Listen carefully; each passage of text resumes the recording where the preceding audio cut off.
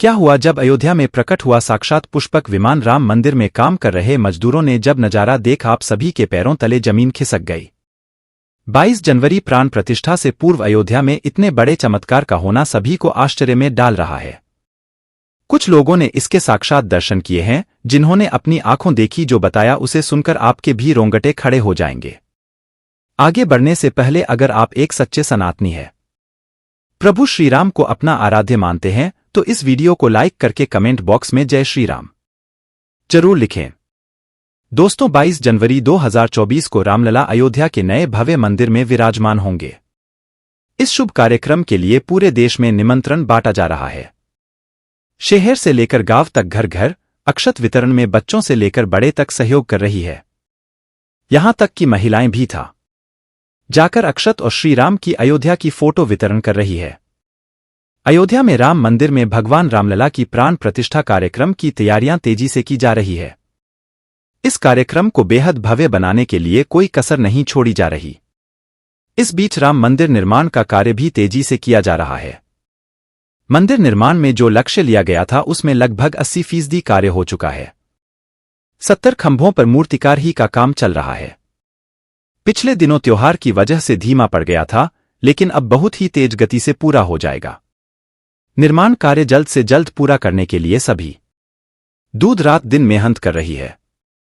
लेकिन 10 जनवरी की रात कुछ ऐसा चमत्कार हुआ जिसे देखकर सभी मजदूरों के होश उड़ गए। जब रात्रि के समय सब मजदूर अपना काम निपटाकर कर्मभूमि में सो रहे थे, उसी समय अचानक से उन्हें वहां कुछ हलचल महसूस हुई। सुरेश नाम के एक मजदूर ने जब तंबू से बाहर झांक कर देखा तो उसे राम मंदिर के परिसर कुछ अजीब सी पीली चमकती हुई चीज दिखाई दी। उसने अपने साथियों को जगाना चाहा, लेकिन कोई भी उसके साथ नहीं आया। जब हिम्मत करके सुरेश जब राम मंदिर परिसर में पहुंचा तो वहां का नजारा बहुत चौंकाने वाला था, क्योंकि वहां पर उसे एक बहुत ही डिबेट चमत्कारिक विमान दिखाई दिया, जिसका कार मौत के समान था, जो दिखने में काफी सुंदर और कैसे परिपूर्ण था, जो कि राम मंदिर परिसर में पिछले क्षेत्र में उतर रहा था। लेकिन उस विमान को नियंत्रित कौन कर रहा था, जहां समझ नहीं आ रहा था, क्योंकि उस विमान में इतना तेज था कि सामान्य आंखों से नहीं देखा जा सकता था। लेकिन समझ में कुछ ऐसा आ रहा था मानो स्वयं साक्षात भगवान राम पुष्पक विमान के माध्यम से अयोध्या में उतर रही है।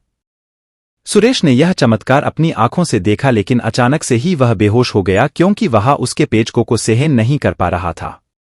सुरेश जब सुबह उठा तो वह उसी स्थान पर मौजूद था और उसके साथ ही मंदिर निर्माण कार्य पूरा करने के लिए जा रहे थे। उसने सभी को रोककर रात्रि की सच्चाई बताई, लेकिन सभी उसकी हंसी उड़ा रहे थे। लेकिन सुरेश मन ही मन समझ चुका था कि प्रभु श्रीराम अयोध्या आ चुके हैं, जहां उसके लिए सौभाग्य था कि उसे इतना सुंदर दृश्य देखने को मिला, जहां शायद उसने साक्षात पुष्पक विमान के दर्शन किए थे।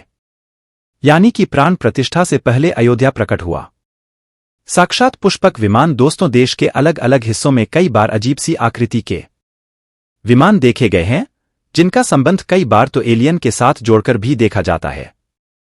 यानी कि अयोध्या में उस रात्रि को मोर की आकृति का विमान देखना वास्तव में प्रभु श्रीराम का ही कोई संदेश हो सकता है। लेकिन क्या यह विमान सचमुच में पुष्पक विमान है? इसकी आखिर क्या कारण है? इसे समझने के लिए हमें पुष्पक विमान के रहस्य को अच्छे से जानना पड़ेगा। आधे हमारे YouTube चैनल महादेवी मिर्कल पर आपको पुष्पक विमान का रहस्य बताएंगे, जिसे समझकर आपको यकीन होगा कि अयोध्या में पुष्पक विमान का प्रकट होना कलयुग का सबसे बड़ा चमत्कार है। रामायण पुष्पक विमान का जिक्र है, जो पहले कुबेर के पास था। इसके बाद रावण ने उसे अपने सौतेली भाई कुबेर से लंका समेत बलपूर्वक किया गया था। फिर रावण इसी के जरिए कहीं भी आता जाता था। रावण को हराने के बाद यह विमान श्रीराम के पास आ गया। वह जीत हासिल करने के बाद इसी विमान के कई जगह होते हुए अयोध्या पहुंचे थे। रावण ने इसी के जरिए पंचवटी आश्रम से सीता का हरण किया था और उन्हें उस पर बिठाकर लंका ले गया था। कहा जाता है कि पुष्पक विमान आज के विमान की तरह था। पुष्पक विमान के जरिए रावण हवाई मार्ग से सफर किया करता था। रावण को मौत के घाट उतारने के बाद उसी विमान के जरिए प्रभु श्रीराम, माता सीता और लक्ष्मण लंका से अयोध्या लौटे थे।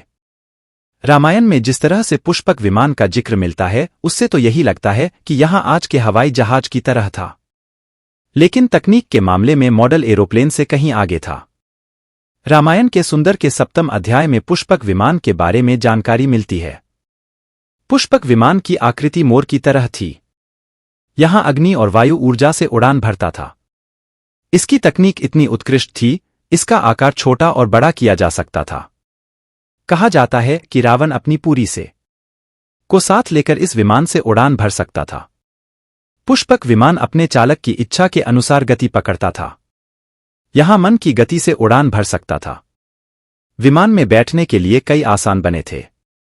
पौराणिक कथाओं के मुताबिक युद्ध के बाद भगवान श्रीराम ने विमान का पूजन कर यह देवी भी वापस कुबेर को सौंप दिया। कुबेर ने पुष्पक विमान को भेंट स्वरूप प्रभु श्रीराम को दे दिया, जिसके बाद इसी पुष्पक विमान से प्रभु श्रीराम, माता सीता और लक्ष्मण अयोध्या पहुंचे। अब दोस्तों, कई हजारों सालों बाद एक बार फिर जब भव्य राम मंदिर का निर्माण हुआ है, तो प्रभु श्रीराम अपने भाई लक्ष्मण और मां का सीता के साथ एक बार फिर से अयोध्या धाम पहुंच रहे हैं, वह भी अपने इसी पुष्पक विमान पर, जिसका नजारा वहां के मजदूर अपनी आंखों से देख चुके हैं। रामायण के प्रसंग में कहा गया है कि जब माता सीता का हरण करके रावण ले जा रहा था, रास्ते में जटायु ने अपनी चूत से रावण को चोट पहुंचाई थी। उस समय रावण पुष्पक विमान में ही मौजूद था।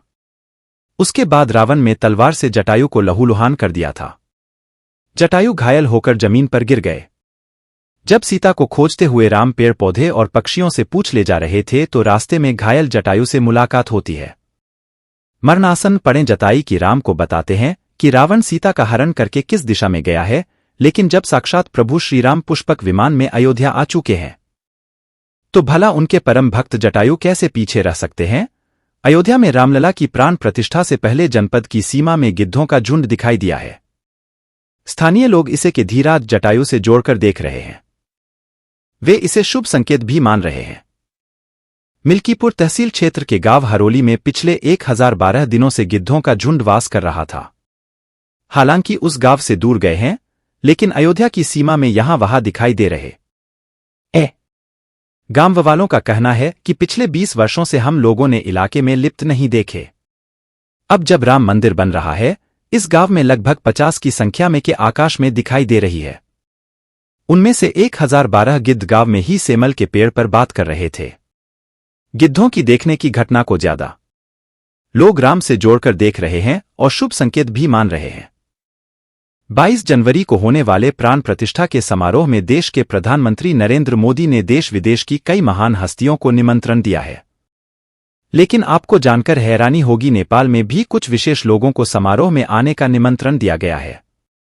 इसके पीछे का रहस्य जानकर के भी होश उड़ जाएंगे, क्योंकि नेपाल को भगवान श्रीराम का ससुराल कहा जाता है, क्योंकि निर्माण एक समय पर जनकपुर धाम था, जहां के राजा थे राजा जनक और उनकी पुत्री मां सीता वहीं पर भूमि में से प्रकट हुई थी। जनकपुर धाम, जिसे मिथिला भी कहा जाता था।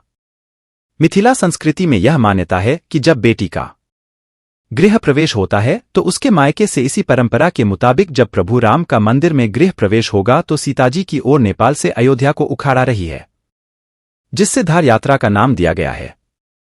राम मंदिर की प्राण प्रतिष्ठा के लिए भगवान राम के ससुराल नेपाल के जनकपुर से कपड़े, फल और मी के साथ साथ उपहारों से सजे 11 सावधान आने वाले हैं।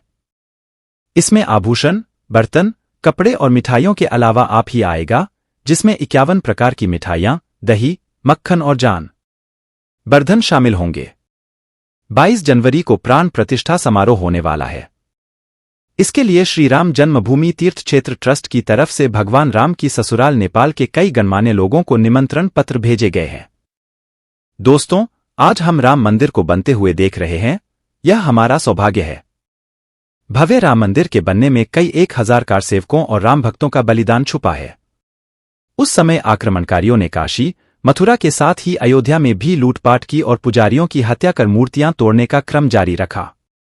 लेकिन 14वीं सदी तक वे अयोध्या में राम मंदिर को तोड़ने में सफल नहीं हो पाए, क्योंकि हर बार राम मंदिर और अयोध्या की रक्षा करने के लिए आसपास के राजा मदद भेज देते थे।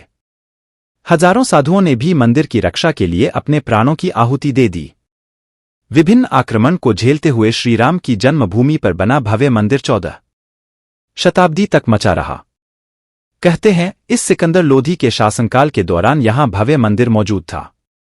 10वीं शताब्दी में हिंदुस्तान पर मुगलों का अधिकार हो गया और उसके बाद ही राम जन्मभूमि एवं अयोध्या को नष्ट करने के लिए कई अभियान चलाए गए।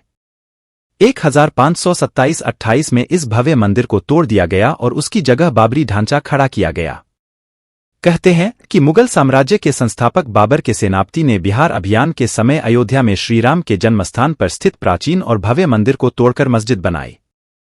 19 जनवरी 1885 को हिंदू महंत रघुबर दास ने पहली बार इस मामले को फैजाबाद के न्यायाधीश पाए हरिकिशन के सामने रखा था। इस मामले में कहा गया था कि मस्जिद की जगह पर मंदिर बनवाना चाहिए क्योंकि वह स्थान प्रभु श्रीराम का जन्मस्थान है।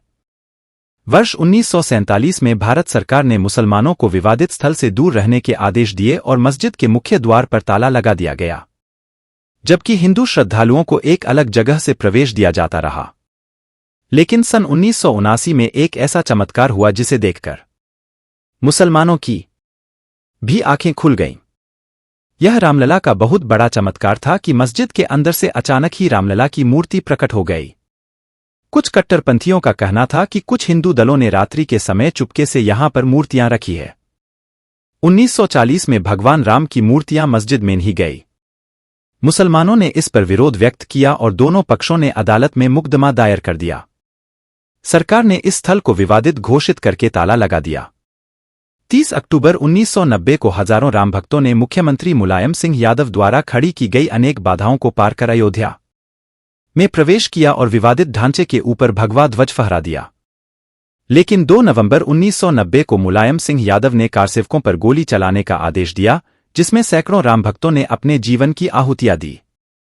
सदियों तक राम भक्तों की लाशों से भर गया था इस नृशंस हत्याकांड। के बाद अप्रैल 1991 को उत्तर प्रदेश के तत्कालीन मुख्यमंत्री मुलायम सिंह यादव को इस्तीफा देना पड़ा।